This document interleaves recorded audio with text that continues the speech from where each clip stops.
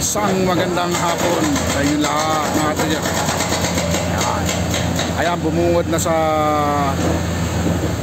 amin yung pinaka-wall ng pinaka-wall na tunnel.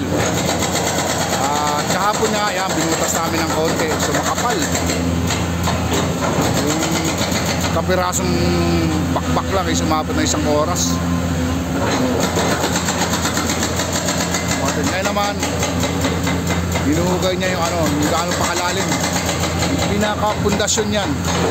Kailangan maabot namin yung pinaka-pundasyon niya sa kayang gigibain.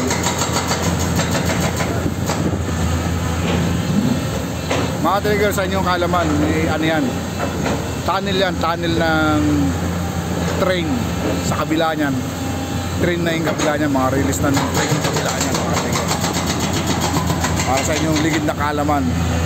So, itong ginagawa namin na to, ito ay lakaran lang ng mga tao to. Itong hukay na ito papunta ron, gawin yun.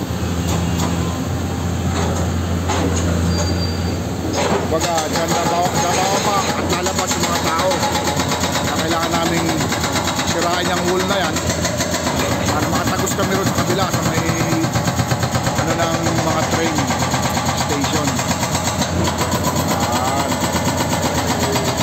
Titira niya. Pailalim naman siya kasi para makita namin yung pinaka-level yung pinaka-base ng wall na yan, pader na yan. Bakit napakahirap yan, kapal yan.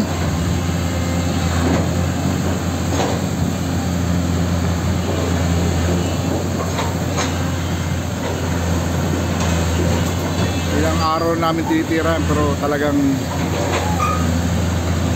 nahihirapan si Alien 2.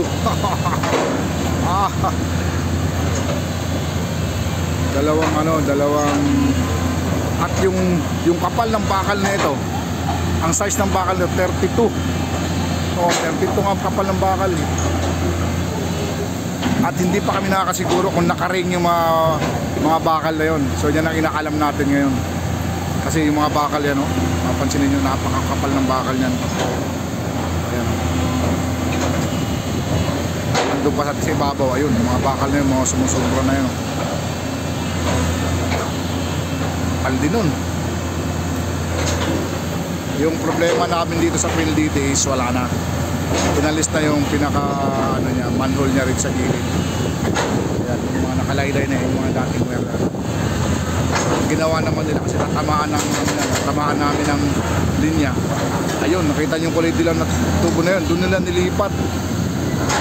Ayun, so pinaakyat nila doon sa ibabaw. Tagos naman sa kabilang manhole.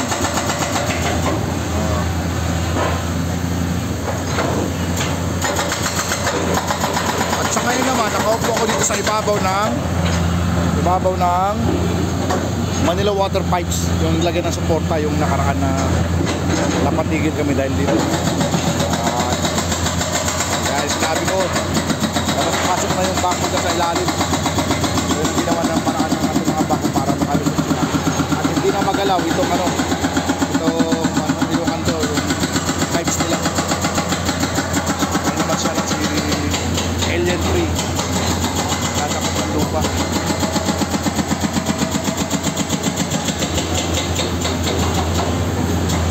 Balik tayo dito. So siguro OT na naman daw kami ngayon. Abutin kami ng mga alas 10 na naman siguro to. Kasi naantay pa namin yung ibang truck. Maghahauling kami yung mga lupa sa ibabaw. Saka yan, mga lupa na yun yan. Kaya hauling ka namin yan. So obligado kami mag-OT ngayon. So ayan mga trigger, mamaya i-update ko ulit kayo pagka may hauling ulit kami, ha? Okay, so yan naman na. Thank you and God bless.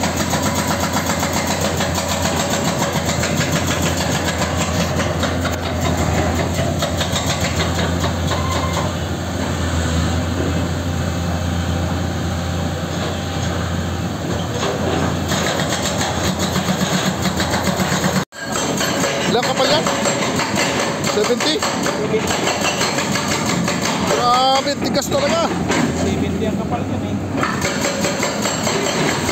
Oh?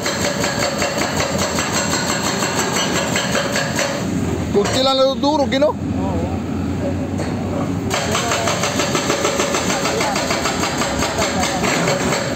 Ah, grabe.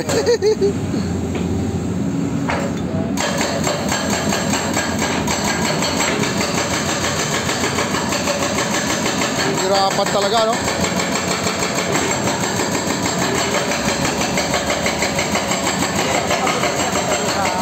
Oh, isang mo, no? Oh. Pati yung galaw niya, mabilis, no? Dulas. Grabe mo ulit, no?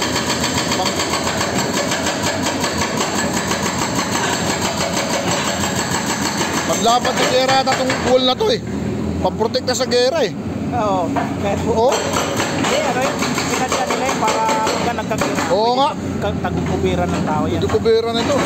Masakit lang na pagkakabang na. Grabe oh. Yan mga trigger, napakatigas talaga ng wool na yan. Yan na yung pagitan ng tanim dito sa ano. Grabe, nahirapan yung ating bako. Ah, grabe, tigas talaga. Tigas talaga yan. Oo. Lipat ka na lang sa kabila. Diyan na lang sa gilid para madali.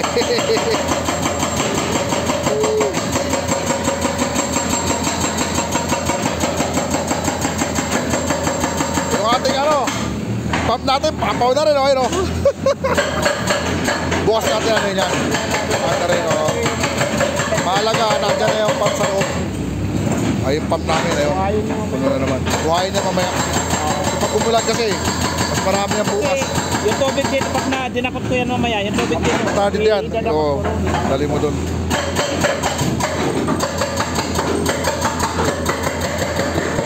Yeah, inabot na naman kami ng gabi. Konti na naman kami. Yun, napakatigas talaga ng wall na yun. Grabe. Nakuha niya tayo pag nag-gera. Hindi namin matibag-tibag. Grabe. Bukas yung babanatan, bukas. Makakauwi tayo ito, mga alas 12 na naman mga trigger. Sila. Uyan ka na naman to. Thank you. Yes.